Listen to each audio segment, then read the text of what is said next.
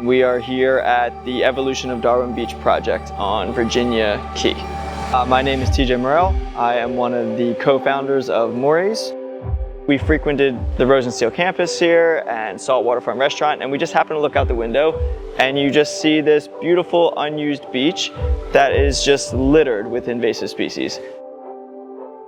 Our goal was to take Darwin Beach and, as the name would suggest, evolution it into a representation of a native Florida upland coastal ecosystem.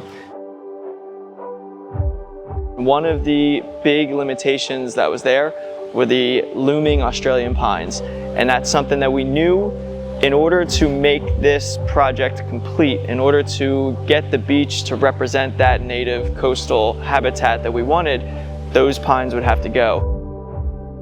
The first thing is we needed a company that not only valued environmentalism, but we needed a company that could do the job, cared about it, was passionate about it. And so because of our incredible community and the people I've met along the way, I was familiar with Ian and his company Tree Sources. They were a company that believed in comprehensive planning and ensuring that the removal not only benefited the environment, but more so what happened after the removal. My name is Ian Wogan from Miami, and I'm an arborist here in South Florida. And my company Tree Sources focuses on integrating ecological function in the built environment. There's a lot of technical rigging that needs to happen. The access to the site, to the work zone, is extremely limited. So where we might come in with, say, a crane, we're using an urban forestry truck, we're using a spider lift, and we're technically rigging a lot of the material down so that it can then be processed through a wood chipper, and then we'll haul them off and repurpose the logs into benches or art projects. So there's so many logistics involved with a project like this. From the initial conversations, to permitting, to setting up dialogues, to assessing the areas. It's one of those unique experiences that if you have the opportunity to show somebody how to do it and to get involved, it's an opportunity that we at MORAES wanted to utilize.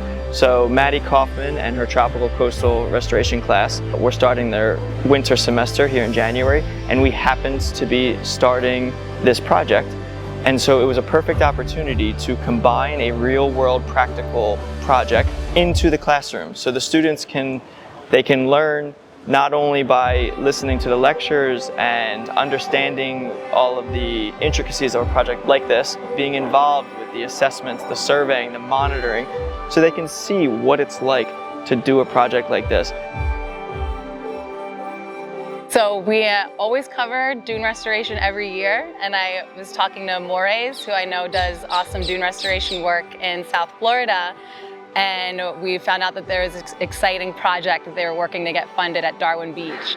And we were really hoping this would work out because, not only is it engaging the students in a hands-on project, but it's in our own home, in our own backyard, at our own university. It gives us a big sense of pride and ownership over the project itself. Today was really fun because based off of our initial days out here, we came up with a plan for how we would monitor the site after the removal and how we would revegetate the site.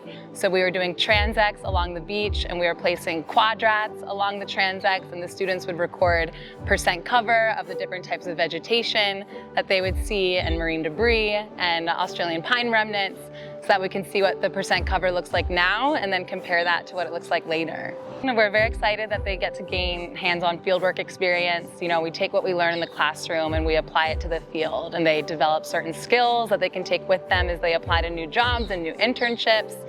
But I really just hope they gain an immense appreciation for nature, and I'm really excited to see what the students do moving forward.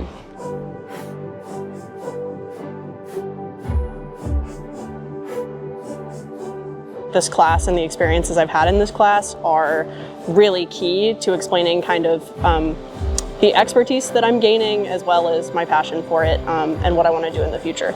So it's created more creative management strategies and problem-solving techniques to work around problems that I haven't encountered in my local environment, which I think makes me overall more adaptable and a quicker thinker on my feet when it comes to a future in restoration.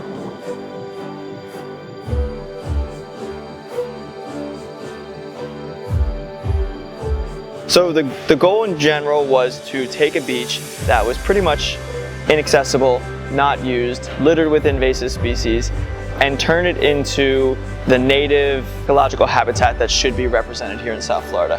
Looking at that first day compared to the hypothetical final day, we wanted to see that beach, and we wanted to see that the final result was a representation of all the species that are native to South Florida and should be here and have the qualities and characteristics that promote beach growth and prevent wave erosion and protect us from storms and hurricanes. By doing projects like this and by working with companies like Tree Sources and their incredible team, maybe we can slowly start to make a difference in our own backyard, and maybe that catches fire and it starts to become a thing that happens all along our coastlines. We are nearing the finish line, at least on some of the large fauna that we're working on. And so if you want to get involved, we're going to continually have maintenance projects. Ideally, once that section of beach is finished and we are solely on a monitoring basis, we would expand down the beach here. By expanding, that means more volunteer events, more opportunities for people to come out here and learn about invasive species and learn about why this is important, and to get your hands dirty, so to speak, and come out and just be involved. We try and provide as many opportunities as we can for our community. As long as you're out on the beach, I think that's considered a win in our book.